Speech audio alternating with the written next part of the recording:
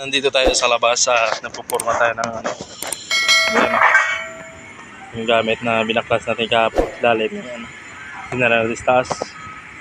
Ay, umulan. Ayan. Kahit umulan, laban lang.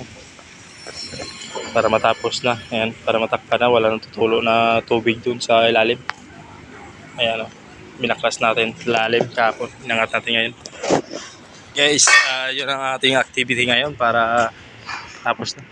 Mag-i-slab tayo ng blackout last. Yan o. Ayan, lakas ng ulan.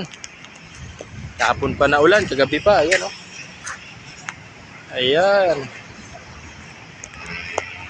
Bagyong Goreng. Ayan.